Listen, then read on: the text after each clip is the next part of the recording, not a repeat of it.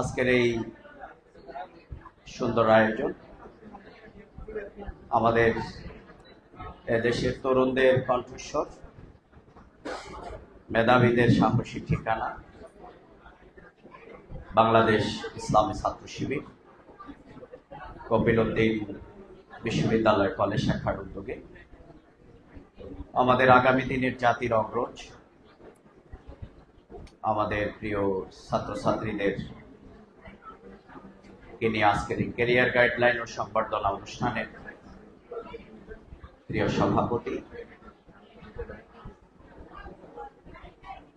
উপস্থিত, কথা কি সবাইকে একটু বন্ধ করা যায় নাকি? দেখি আমরা কথা বন্ধ করলে কেমন হয়। কপিল উদ্দিন কলেজ কবিতা শুনে আমরা খুব উজ্জীবিত হয়েছি, খুবই। এই জন্য ভাইজিৎকে অনেক ধন্যবাদ।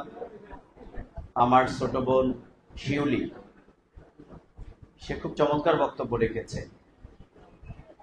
আমার আর ছোট ভাই, সেও বক্তব্য রেখেছে খুব চমৎকার।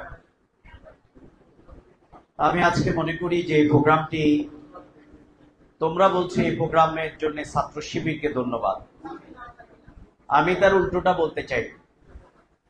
আমি বলতে চাই আজকের এই প্রোগ্রামের জন্য তোমাদেরকে ধন্যবাদ। তোমরা যদি আমাকে জিজ্ঞাসা করো কেন, তাহলে আমরা বলবো যে এখানে যারা আছো সবাই জুলাই যোদ্ধা। সুতরাং জুলাই বিপ্লব যদি না হতো এইরকম একটি সংবর্ধনা অনুষ্ঠিত হতো না। তোমরা কি আমার সাথে একমত? এইরকম প্রোগ্রাম ছাত্র শিবির করতে পারত না। It's my personal opinion. আমি মনে করি এই প্রোগ্রাম করতে পারার জন্য আমি ধন্যবাদ জানাই, কৃতজ্ঞতা জানাই আমাদের প্রিয় শহীদদেরকে, যাদের রক্ত এবং ত্যাগের মাধ্যমে আমরা এই নতুন বাংলাদেশ পেয়েছি। আমি এই জন্য আই এম রিয়েলি ইমপ্রেসড। আমি তাদেরকে কনগ্রেচুলেট করছি, তাদেরকে ধন্যবাদ জানাচ্ছি এবং মহান রব্বুল আলামিনের দরবারে তাদের জন্য শাহাদাতের সর্বোচ্চ মর্যাদা কামনা করছি। আমি গতকালকে লক্ষ্মীপুরের নির্বাহী অফিসারের রুমে বসা ছিলাম। তখন আমরা জানতে পারলাম যে শহীদ পরিবারের কোনো ঘর নেই, থাকার কোনো জায়গা নেই। শহীদের মা বলছেন যে আমার ঘরটি খুব ভাঙা। ইউনূস সাহেব বললেন যে আপনাকে আরো আগে যদি, এই জন্যে আজকের এখানে খুব আমরা অনুপ্রাণিত হয়েছি। আমার প্রিয় ভাই, জাহাঙ্গীরনগর বিশ্ববিদ্যালয়ের নবনির্বাচিত জিএচ এবং মাঝহারের সবচেয়ে বড় একটা পরিচয়, তোমরা জেনে খুশি হবা, মাঝহার হচ্ছে লোক একদিকে যেমনি মেধাবী, শুধু মাঝহার নয়, এবার বাংলাদেশ ইসলামী ছাত্র শিবিরকে যারা বেছে নিয়েছে, নির্বাচিত করেছে, তারা ছাত্র শিবিরের মেধা, নৈতিকতা, আর একদিকে তাদের একটি উন্নত ব্যবহার গোটা জাতিকে আকৃষ্ট করেছে। আমরা দেখেছি আমাদের ঢাকা বিশ্ববিদ্যালয়ের আমাদের ম্যাডাম মহিউদ্দিন সম্পর্কে কি বক্তব্য দিয়েছে। তিনি বলেছেন, আমি মহিউদ্দিনকে আপাদমস্তক একটি মেধাবী ছাত্র হিসাবে জানি, আমি তাকে একজন চমৎকার ব্যবহারের অধিকারী হিসাবে জানি। কিন্তু আমি যখন জানতে পারলাম যে মহিউদ্দিন ছাত্র শিবির করেন, আমি তখন বললাম যে এই রকম সন্তানেরাই যদি ছাত্র শিবির করে, সেই ছাত্র শিবিরকে আমিও সমর্থন। আমার বিশ্বাস তোমরাও আজকের এই নবীন বরণে এসে সেই কথাটি তোমরা জানিয়ে দিয়েছ। সুপ্রিয় বন্ধুরা, এখানে আজকের সভাপতি আমাদের প্রিয় ভাই আব্দুর রহমান, আমার প্রিয় ভাই ফাহিম, সেক্রেটারি, তারা এই বিশ্ববিদ্যালয়ে কাজ করছে। আমি খুব গৌরবান্বিত হয়েছি প্রিন্সিপালের বক্তব্য শুনে। তিনি বলেছেন যে এরা আমাকে শিক্ষার ক্ষেত্রে যেমনি সহযোগিতা করে, আর নকল মুক্ত একটি ক্যাম্পাসের জন্য কিন্তু তারা বলে। I am really impressed. I think a tenacious tradition break our existing custom of our society. I think a man with career without character is more than a dangerous lion. শুধু একটি শিক্ষায় মানুষকে উন্নত করতে পারে না,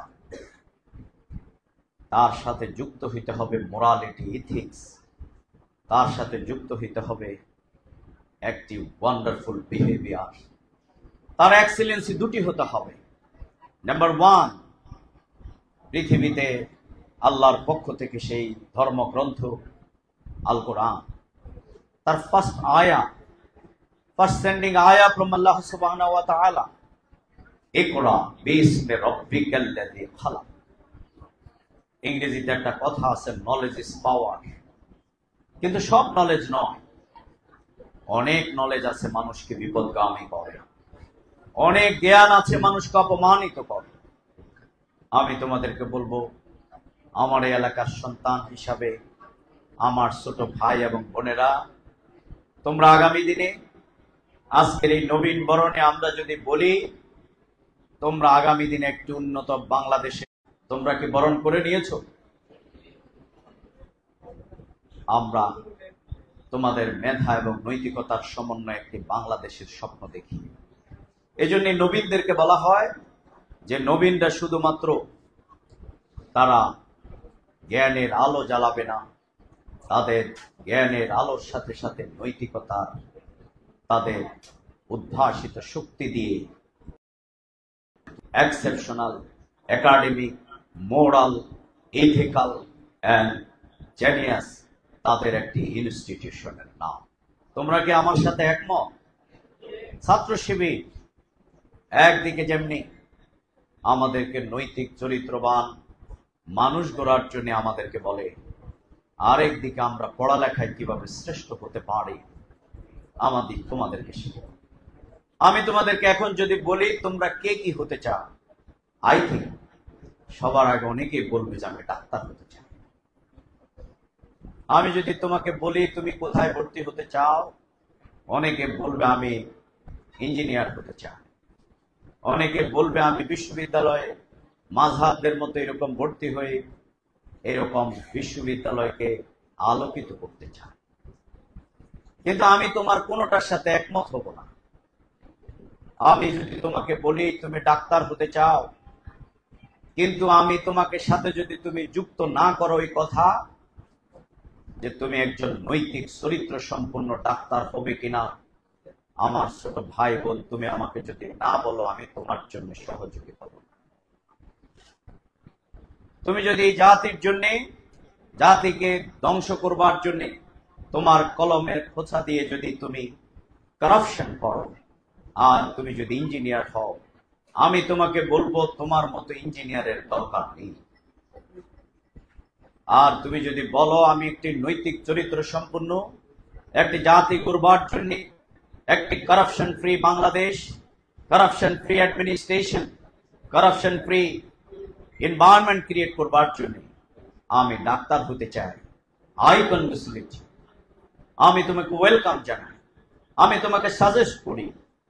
শুধু ডাক্তার, ইঞ্জিনিয়ার, ডক্টর, অনেক বড় ডিগ্রি দাঁড়ি দিয়ে বাংলাদেশের পরিবর্তন হবে না। তোমরা জানো, আমরা 4th টাইমস কিন্তু দুর্নীতিতে বাংলাদেশ চ্যাম্পিয়ন হয়েছে। এটা কি সুবহানাল্লাহ না নাউজুবিল্লাহ? কারা করেছে? আমার রিকশাওয়ালা, ঠেলা মজুর, কুলে মজুরদের দুর্নীতির কারণে বাংলাদেশ চ্যাম্পিয়ন হয়। কাদের কারণে? যারা আমার মতো এরকম বিশ্ববিদ্যালয় থেকে ডিগ্রি নিয়ে এসেছে, রাজনীতি করে যারা সচিব হয়েছে, যারা 1200 জায়গায় থেকে বাংলাদেশকে নিয়ন্ত্রণ করে, তাদের কারণেই কিন্তু বাংলাদেশ দুর্নীতিতে চ্যাম্পিয়নশিপ অর্জন করেছে। আমি এই জন্য এলাকার সন্তান হিসাবে আগামী দিনে একদিন জনপ্রতিনিধি হওয়ার জন্য মানুষের ধারে ধারে ঘুরছি, যাচ্ছি। কিন্তু আমি স্পষ্টভাবে বলে দিতে চাই, আগামী দিনে যারা দুর্নীতি করবে তাদেরকে রাজনীতি থেকে আমরা বিতাড়িত করতে চাই। আমরা জুলাই যোদ্ধারা আমাদের ত্যাগের মাধ্যমে এক বাংলাদেশ আমরা গড়ে তুলেছি। আগামী দিনে দুর্নীতিকে জিরো জায়গায় নিয়ে যাওয়ার জন্য তোমরা আমার সাথে কি রাজি আছো? যে দুর্নীতিতে বাংলাদেশ সব জায়গায় আমরা দুর্নীতিতে না বলে দেব, রাজি আছো তোমরা? দেখে হাত তুলে দেখাও যে আমরা কেউ কারাপশন করব না, কারাপশন ফ্রি বাংলাদেশ। কিন্তু মনে রাখবে, এটি কিন্তু স্লোগান নয়। Only corruption free Bangladesh, Islam only can corruption free Bangladesh. ইসলাম ছাড়া, আদর্শ ছাড়া, আইডিওলজি ছাড়া পৃথিবীর কোনো কিছুকে গড়া যায় না। এই জন্য আমি বলেছিলাম, resilience tradition break our existent custom of our society. সুপ্রিয় বন্ধুরা, আমি আর বক্তব্য লম্বা করব না। আমি বলবো তোমাদেরকে এই জন্য মেধার দিক থেকে বাংলাদেশের যে সমস্যাগুলো আছে এগুলোকে ধরে তোমাদের এই ক্যাম্পাসে পা রাখার প্রথম দিন থেকে তোমার ভবিষ্যৎ গঠনের এক পরিকল্পনা নিয়েই তোমাকে এগিয়ে যেতে হবে। আমরা মনে করি তোমরা যারা নবীন, তোমাদেরকে সম্মান করা মানে বাংলাদেশের ভবিষ্যৎকে সম্মান করা। ছাত্র শিবির, তোমরা এখানে যারা আছো তারা অনেকে আমাদের অনেক অনেক বয়সে ছোট, কিন্তু আমরা তোমাদেরকে সম্মান করছি মানে আমাদেরকে ভবিষ্যৎকে আমরা নির্মাণ করতে চাই। তাহলে চাঁদাবাজ মুক্ত একটি বাংলাদেশ, অপরাজনীতি মুক্ত একটি বাংলাদেশ, দুর্নীতি মুক্ত একটি বাংলাদেশ, অপসংস্কৃতি মুক্ত একটি বাংলাদেশ কাদের হাত ধরে হবে? যারা একদিকে মেধাবী, যারা তরুণ, যারা অন্যায়ের কাছে মাথা নত করে না, তাদের হাত। তুমি যদি তোমার বাবা মাকে জিজ্ঞাসা করো